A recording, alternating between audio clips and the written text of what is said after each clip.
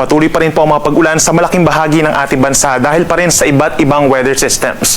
Kung dito po sa may extreme northern Luzon, umiihip pa rin yung amihan or northeast monsoon na siyang hangin po na nanggagaling dito sa may mainland Asia, may dalang malamig na hangin at mga pag-uulan na may hina. So asahan po yung mga pag-ulan dito sa may Batanes and Babueng Group of Islands.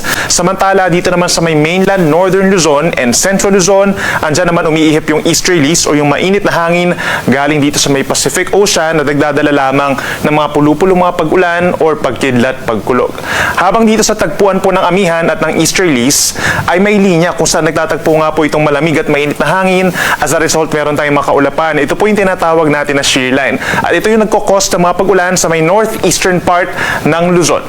Habang dito naman po sa may Southern Luzon, Visayas and Mindanao, asahan pa rin yung epekto ng Intertropical Convergence Zone o yung linya kung saan nagtatagpo po ang hangin from the Northern Hemisphere. Ito yung easterlies at yung hangin po galing sa may Southern Hemisphere. As a result, nagkakaroon din po ng mga kaulapan at hindi rin natin inaalis yung chance na may nabubuo po ng mga weather systems kagaya po ng low pressure area at yung makakapal na mga thunderstorms. Base naman sa ating latest satellite animation, wala pa tayong namamataan na low pressure area sa loob at maging sa paligid po ng ating Philippine Area of Responsibility. Simula ngayong hapon hanggang bukas ng umaga, saan po ang mataas sa tsansa ng ulan pa rin?